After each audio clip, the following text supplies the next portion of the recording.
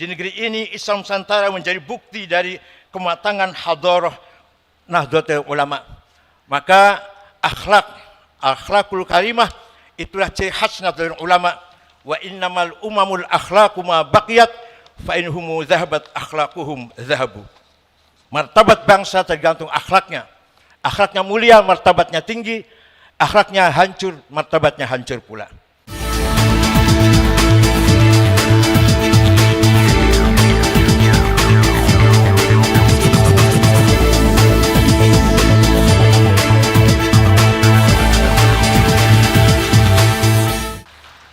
Assalamualaikum warahmatullahi wabarakatuh. Bismillah. Alhamdulillah. Wassalatu wassalamu ala sayyidina wa maulana Muhammad Rasulillah wa ala alihi wa sahbihi wa man tabi'a sunnatahu wa jama'atah min yaumina hadha ila yaumin nahdah.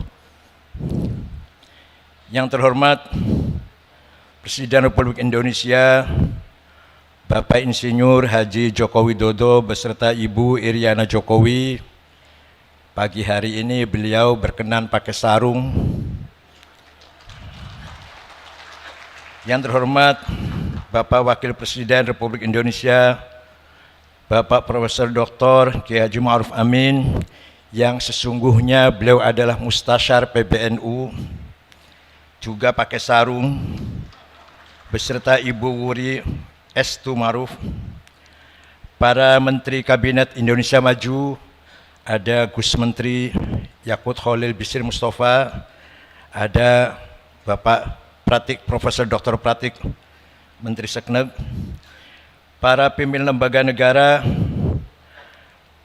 ada Wakil Ketua MPR RI, Gus Jazil, ada Wakil Ketua DPR RI, tetangga saya, Mas Muhaimin,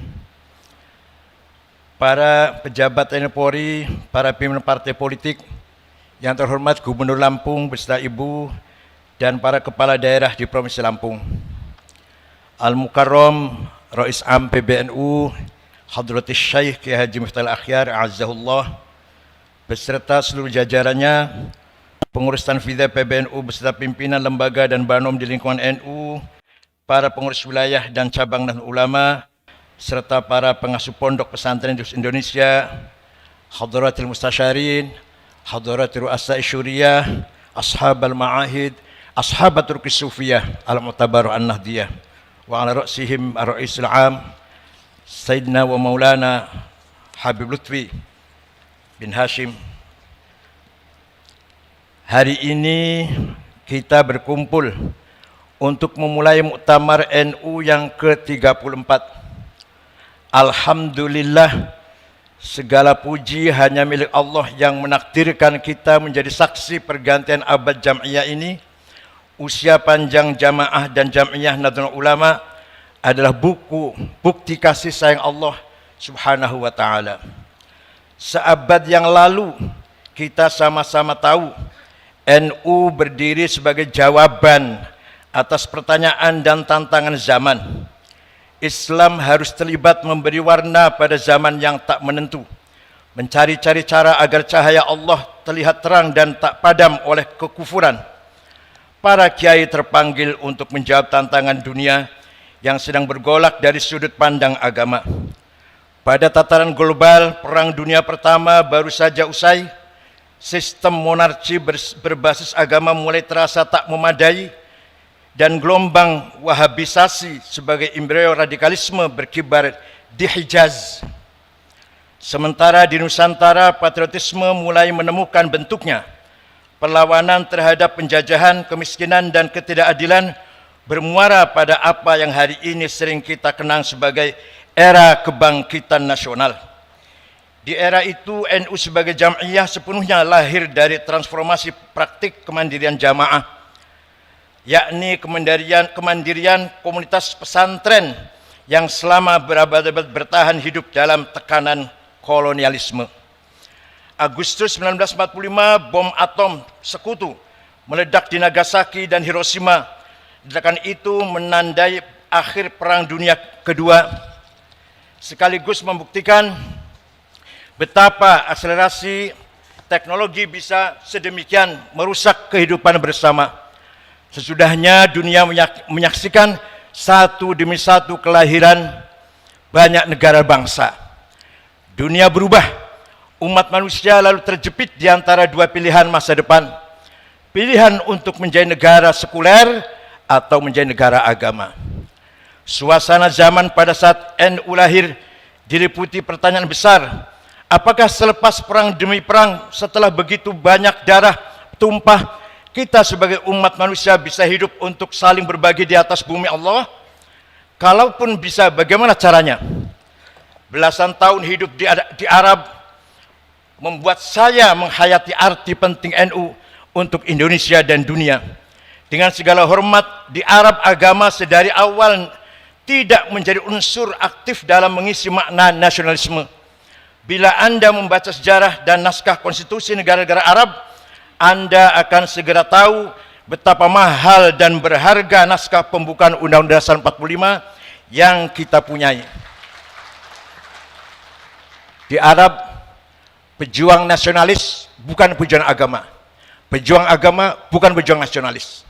Di Indonesia, Hadrat Syekh Ghazi Hasyim Asy'ari, pejuang Islam, dalam waktu yang sama pejuang nasionalis. Di Timur Tengah, tidak banyak kita jumpai ulama yang nasionalis, sebagaimana sangat jarang kita ketemukan kaum nasionalis yang sekaligus ulama. Sebagai akibatnya, nasionalisme dan agama seringkali bertentangan, lalu lahirlah satu demi satu konflik-konflik sektarian.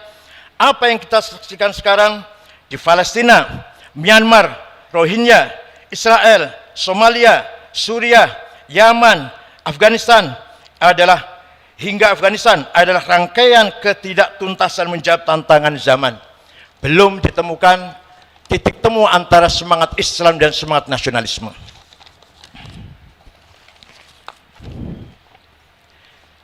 Nasionalisme dan agama adalah dua kutub yang paling menguatkan. Keduanya jangan dipertentangkan. Demikianlah pusaka wasiat dari Hadrat Syekh Hasyim Asy'ari yang diamini dan disuarakan ribuan ulama pesantren.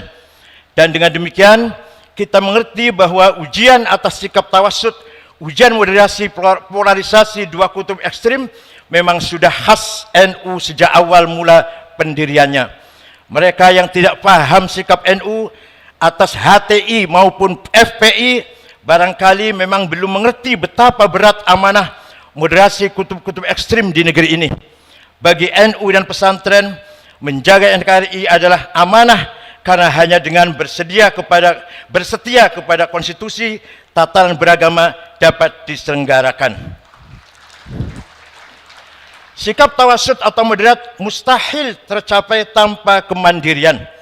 Usia NU yang mencapai hampir seabad ini antara lain disebabkan kemandirian dalam pengertian setia kepada prinsip-prinsip dan nilai-nilai dasar agama, kemandirian dalam pengertian sanggup menyusun agenda-agendanya sendiri, kemandirian dalam arti teguh membawakan ruhuddin dan ruhul wataniyah, semangat agama dan semangat nasionalisme, dan ruhul ta'addudiyah, semangat pluralis kebinekaan.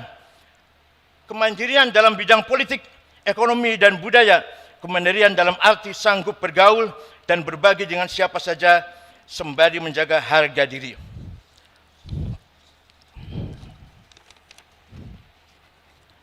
Tawassut atau sikap moderat di antara dua kutub bukanlah perkara mudah.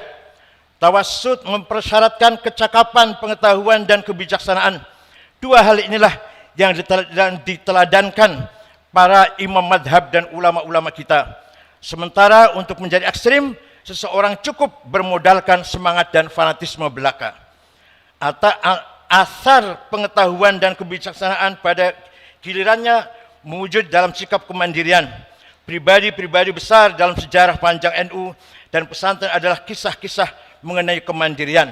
Hanya dengan menjadi mandiri, kita baru mungkin untuk menyumbangkan sesuatu, berkontribusi kepada hidup bersama, berkhidmat dan pada peradaban dunia. Tema muktamar NU kali ini, kemandirian dalam berkhidmat untuk peradaban dunia. Tema ini sekaligus menjadi warisan atau bekal mengarungi abad kedua bagi Nahdliyin untuk terus mengembangkan berbagai peran kemanusiaan mereka, litakunu syuhada'a 'alan nas, syuhudan dinian, syuhudan thaqafiyan, syuhudan hadarian, syuhudan ijma'iyan wa insanian. Lalu bagaimanakah NU satu abad ke depan yang kita bayangkan? Usia kita masing-masing hanya Allah yang tahu, tapi usia NU kita berharap langgeng dan tegak ila yaumil qiyamah. Maka sikap tawasud kembali diuji hari-hari ini. Tak hanya di Indonesia, tapi di seluruh dunia. Problem-problem lama bawaan abad lalu belum seluruhnya tertangani. Sedangkan masalah-masalah baru datang bertubi-tubi. Masalah yang berkisar pada perubahan iklim, kesenjangan ekonomi, bioteknologi, polarisasi percakapan dan identitas, radikalisme, terorisme, dan krisis energi. Sementara itu, laju teknologi bergerak secara eksponensial, menawarkan kemudahan-kemudahan praktis dengan risiko-risiko yang tak sepenuhnya bisa diperkirakan.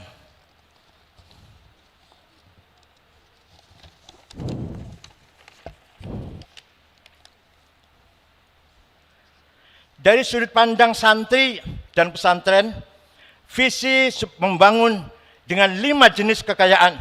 Visi sebangun dengan 5 jenis kekayaan yang dimiliki oleh bangsa Indonesia.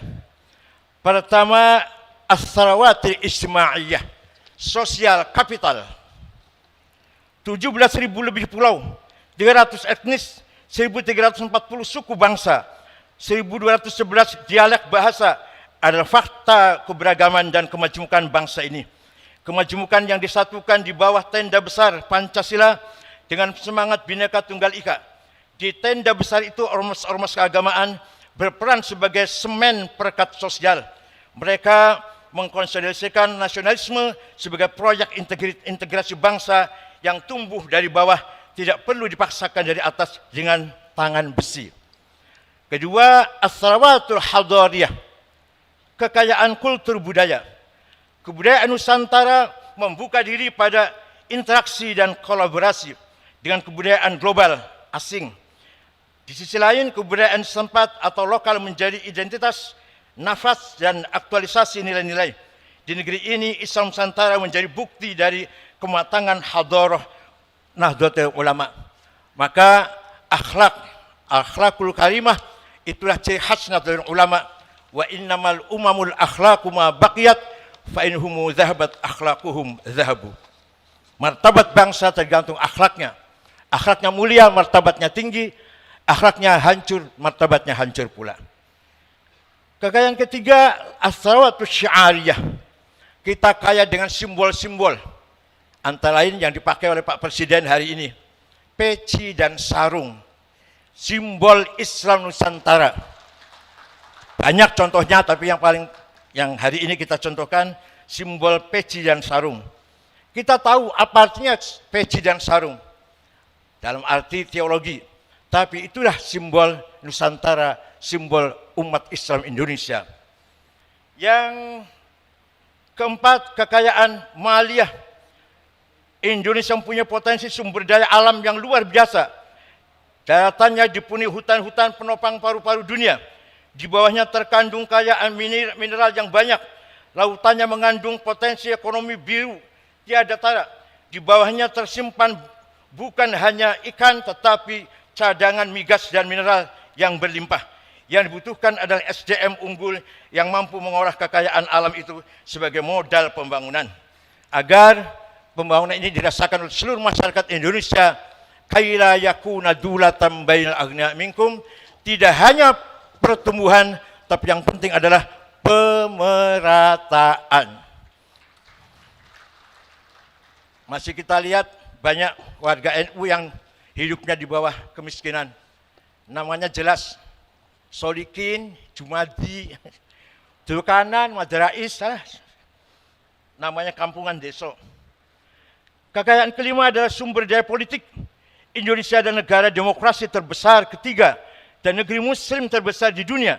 Indonesia bukan negara agama, tetapi negara Pancasila yang menaungi semua pemeluk agama.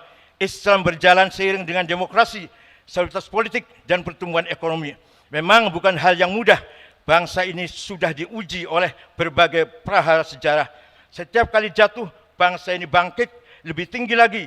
Dan dari sana kita yakin bahwa sepanjang cara kita mengelola demokrasi didasari kemaslahatan bersama, kemauan untuk mendengar, kejernihan, akal budi, dan kelapangan hati untuk menerima perbedaan, maka bangsa besar ini akan semakin terhormat dan bermartabat, dan pada saatnya nanti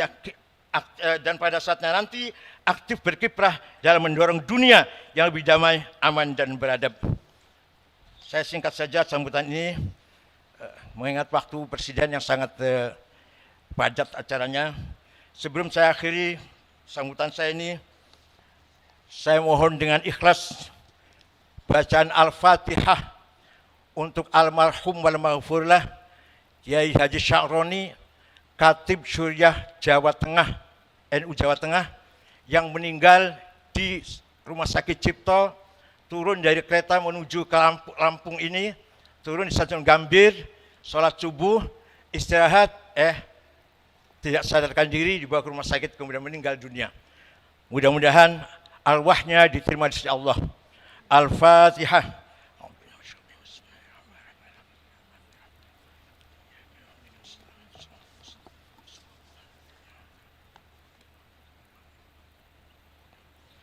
Amin.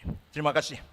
Demikian, mohon Bapak Presiden berkenan memberi arahan sekaligus membuka muktamar ke-34 NU di Lampung ini. Selamat bermuktamar kepada Anda sekalian, segenap pengurus wilayah dan pengurus cabang Nahdlatul Ulama. Selamat bermuktamar dengan santun dan akhlakul karimah. Selamat menyongsong abad kedua Nahdlatul Ulama. Syukran wa dumtum fil khair barakati wan najah. Wallahul muwaffiq lakum thoriq. Wassalamualaikum warahmatullahi wabarakatuh.